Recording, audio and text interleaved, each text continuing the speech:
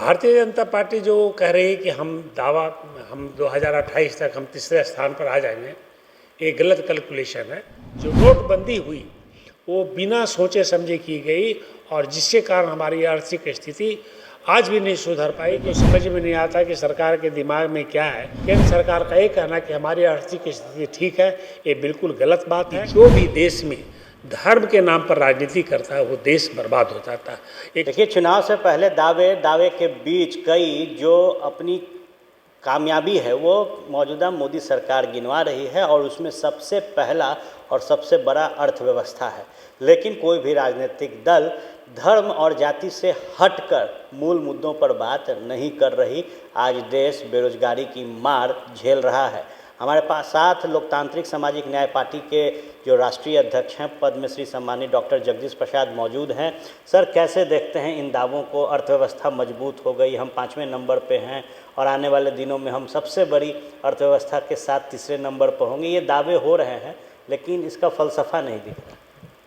Bharatiya Janata party जो कह रही है कि हम 2028 तक हम तीसरे स्थान पर आ जाएंगे, ये गलत कैलकुलेशन है और जिसको बड़े बड़े अर्थशास्त्री भी गलत बताते हैं। इसका कारण मुख्य कारण ये है कि आज अगर अर्थव्यवस्था हमारा जो ठीक होता तो आज इतना महंगाई नहीं जाती। बेरोजगारी आज सबसे ज़्यादा है देश में। से बेरोजगारी देखेंगे तो उसकी सीमा बहुत ज़्यादा चली गई है। और अर्थव्यवस्था आप किसी भी चीज़ में ले लें, किसी भी फील्ड में ले लें, कोई प्राइवेट इन्वेस्टमेंट नहीं है, कोई फॉरेन इन्वेस्टमेंट नहीं, बाहर का इन्वेस्टमेंट ही बोलते थे। और सबसे बड़ी बात है कि जो हमारा एक्सपोर्ट का जो कैपेसिटी था वो काफ़ी कम हो गया और जो इंपोर्ट है वो हमारा पैसा जो है काफ़ी खर्च हो रहा है। क्योंकि रुपया का वैल्यू जो है 2014 में $1 के लिए हमें 62 रुपया देना पड़ते थे और आज $1 के लिए हमें 82 रुपया देना पड़ता है। यानी बाहर से हम कुछ सामान मंगाते हैं तो हमारा रुपया ज़्यादा जाता है। तो हमारी अर्थव्यवस्था जो है 2014 के बाद काफ़ी गिर गई है। पहले GDP 7 point growth domestic product जो है 7.5 था। आज हमारी जो जीडीपी है ग्रोथ डोमेस्टिक प्रोडक्ट वो 5.7 हो गया। तो भारतीय जनता पार्टी केंद्र सरकार का जो दावा है कि हम 2028 के अंदर हम तीसरे स्थान पर रहेंगे, ये कैलकुलेशन यहाँ की आबादी को देकर कैलकुलेट कर रहे हैं। एक एग्जाम्पल आपको देते हैं, छोटा सा एग्जाम्पल। मान लिया कि हमारे देश में 140 करोड़ की आबादी है और अगर 5 रुपया सबके पास है तो 14 7 करोड़ रुपये होंगे। और दूसरी तरफ हम इंग्लैंड की आबादी 1 करोड़ है और उसमें सबके पास कम से कम 50,000 रुपया। तो बताइए इंग्लैंड वाले लोग ज़्यादा ठीक हुए कि हमारे देश के लोग जिसके पास 5 रुपये हैं? आज जीडीपी की बात कर रहे हैं नरेंद्र मोदी की सरकार। क्या लगता है कि जहां एक तरफ जीडीपी के कहते हैं कि काफ़ी बढ़ गया और आज लोगों को मुफ्त में अनाज देना पड़ रहा है और ये भी आंकड़ा लगभग 80 करोड़ का है, तो ये भी एक बात है। जो अर्थशास्त्री खास करके अमेरिका के एक हैं जिनका नाम मोदी से ही सरनेम मोदी ही है, उन्होंने खुद कहा कि आंकड़ा जो है गलत कैलकुलेट किया जा रहा है। और अगर इसकी आर्थिक स्थिति ठीक होती, इसका आर्थिक स्थिति इसलिए और ख़राब है कि अगर आप एक पूरे देश में 125 देशों का देखा गया कि कितने लोग भूखे हैं, तो हमारा देश 111वां स्थान पर पहुंच गया। पहले 107 स्थान पर था, अब 111वां स्थान पर चला गया, यानी नीचे चला गया। यानी इतने हमारे लोग जो हैं, अरे भूखे की स्थिति सरकार बताती कि गलत है। नहीं, आप देखिए गांव में विलेज में देखिए, बच्चों का वेट देखिए, हाइट देखिए, पोषक देखिए, औरतों का ब्लड लेवल देखिए। तो इस सबों चीज़ों से भूख का अंक को नापा जाता है।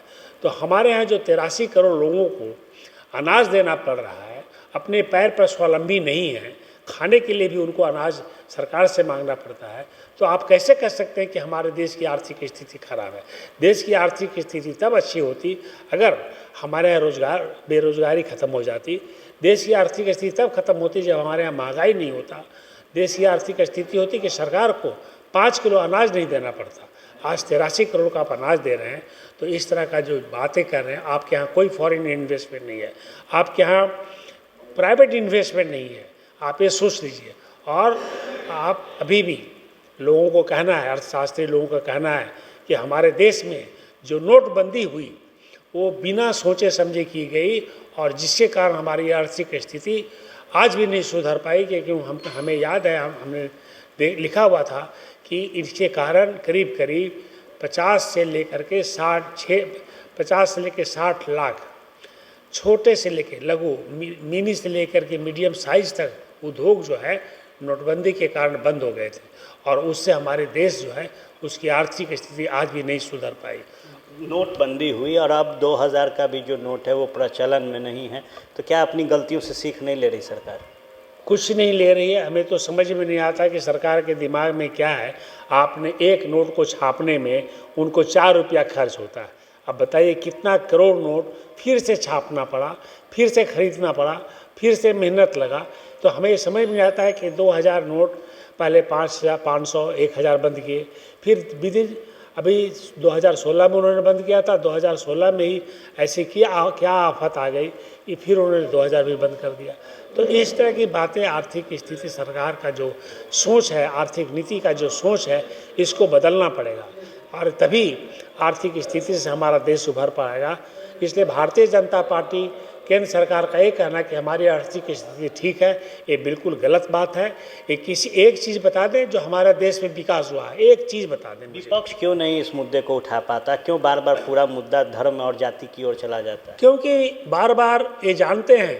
अब आप देखिए ना कि हमारे देश के नेता बोलते हैं कि कोविड थाली बजाने से चला जाएगा, तो देश के नेता को लगता है कि भाई थाली बजाने से चला जाएगा तो लोग थाली बजाने लगे। तो लोग यही समझा कि लोगों को अकल नहीं है। तो लोगों को जब अकल ही नहीं है तो लोगों को घुमाओ, तो धर्म और जाति के नाम पर पॉलिटिक्स करो और यही धर्म जाति के नाम पर लोगों को पॉलिटिक्स किया जा रहा है, हमारा राजनीति किया जा रहा है। क्योंकि हमारे इतने लोग को समझ नहीं है, समझ नहीं पाते। बेचारे धर्म के नाम पर इतने गरीब हैं कि वो सोचते हैं कि हमारा पेट कैसे भरेगा, तो कहते हैं भगवान देगा तो पेट भरेगा। तो इतनी गरीबी हमारे यहाँ है जिसके प्रभाव है, इसीलिए इसका फ़ायदा हमारे राजनीतिक लोग उठाते हैं, चाहे वो किसी पार्टी को वो धर्म के नाम पर बात करते हैं, जो कि गलत बात है। और ये देखा गया है कि जो भी देश में धर्म के नाम पर राजनीति करता है वो देश बर्बाद हो जाता है। एक छोटी सी बात और आपसे करना चाहता हूँ आपके माध्यम से। मुझे बड़ा दुख है, बहुत दुख की बात है कि भारतीय जनता पार्टी की सोच पौराणिक चंद्रयान पर हमारे साइंटिस्ट लोग गए और चंद्रयान का जो मौलिक बुक हुआ उस बुक में उसको पौराणिक कथा से जोड़ा गया कि घोड़ा दौड़ रहा है, पुष्प विमान चलता था और उससे हमारे चंद्रयान सीखे गए। ये कितनी गलत बात, कितनी गलत संस्कृति हमारे बच्चों में आज के 21st सेंचुरी में हम चल रहे हैं।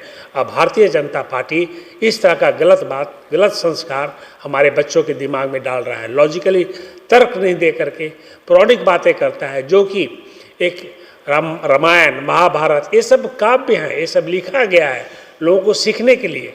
ऐसा कोई एग्जिस्ट नहीं करता था, ऐसा कोई चीज़ एग्जिस्ट नहीं करता था। बताने के लिए, लोगों को एक संस्कार डालने के लिए किया गया था कि राम की तरह बनो, अर्जुन की तरह बनो, गीता की तरह पढ़ो। इस तरह की बातें करके लोगों में एक संस्कार डाला गया था, ऐसा कोई एग्जिस्ट नहीं करता था। तो ये लोगों को समझना चाहिए, पौराणिक कथा से चंद्रयान का जोड़ना बहुत ही गलत बात है और क्रेडिट किसी और को देना, विज्ञानी को, ये भी गलत बात है। तो हम नट सेल करना चाहते हैं कि भारतीय जनता पार्टी एक तर्क संगत बात करे, आर्थिक स्थिति को देखे और अगर जीतना है विकास के नाम पर जीते कि हमने गरीबों के लिए काम किया, इस मुद्दे पर लेकर आए। क्योंकि हमारे जो प्रधानमंत्री हैं और हमारे गृह मंत्री हैं, इन्होंने बड़े बड़े वादे किए हमारे लोगों से। नौकरी देने का वादा किया, महंगाई कम करने का वादा किया, 15 लाख रुपया देने का वादा किया। हर घर में हर लोगों को घर मिलेगा, हर लोगों को नहीं मिल पाया। इन्होंने कहा था कि 2022 तक सबों को घर मिल जाएगा, सबके घर में नल और पानी मिल जाएंगे, नहीं मिल पाया। सबको घर में आप उज्जवल स्टोव जल जाएंगे। उन्होंने इतना महंगाई कर दिया कि लोग के चूल्हा जो है, स्टोव है, जो उन्होंने गैस खरीदना बंद कर दिया। ये सब बातें हैं जो लोगों को मैं बताना चाहता हूँ कि आप अच्छे से सोचें, समझें, सोच समझ करके ही वोट दें। क्योंकि भारतीय जनता पार्टी या कोई भी पार्टी हो, अगर धर्म के नाम पर वोट मांगता है तो उसे आप वोट ना दें। क्या आप अपनी माता पिता बनने का इंतजार कर रहे हैं? ओएसिस फर्टिलिटी ने लगभग 90,000 जोड़ों के जीवन में खुशियां भर दी हैं। आज ही 8929755101 पर कॉल करें। ओएसिस फर्टिलिटी के कम लागत वाले IVF उपचार की सहायता से अपना सपना पूरा करें और सभी को खुशखबरी दें। पैनोरमा ग्रुप, जो सोचता है वो करता है। ये लो मुंह मीठा करो, आज मैंने अपना जॉब छोड़ दिया। अब हम पूर्णिया वापस जाएंगे। जॉब छोड़ दिया है? मतलब ये घर कैसे चलेगा? हम करेंगे क्या? और माँ बाबूजी क्या बोलेंगे? इसलिए मैं एक और मिठाई का डब्बा लाया। अपने बिजनेस के लिए लोन अप्रूव हो गया। अरे लोन अप्रूव हो गया वो तो ठीक है, लेकिन पूर्णिया में हम रहेंगे कहाँ? अपना घर भी तो नहीं है वहाँ। इसलिए तो एक और मिठाई का डब्बा अलग से लाया हूँ। हमने पूर्णिया में घर ले लिया है, पूर्णिया के ई होम्स पैनोरमा में। पूर्णिया में पैनोरमा ग्रुप लेकर आए हैं ई होम्स पैनोरमा। बड़ा घर, आलीशान जिंदगी और अत्याधुनिक सुविधाओं के संग। अरे अरे, अब क्यों मुंह मीठा करवा रही हो? क्योंकि हम घर वापसी जो कर रहे हैं। घर वापसी की खुशी पूर्णिया में ई होम्स पैनोरमा के संग। ई Homes Panorama, luxurious lifestyle redefined.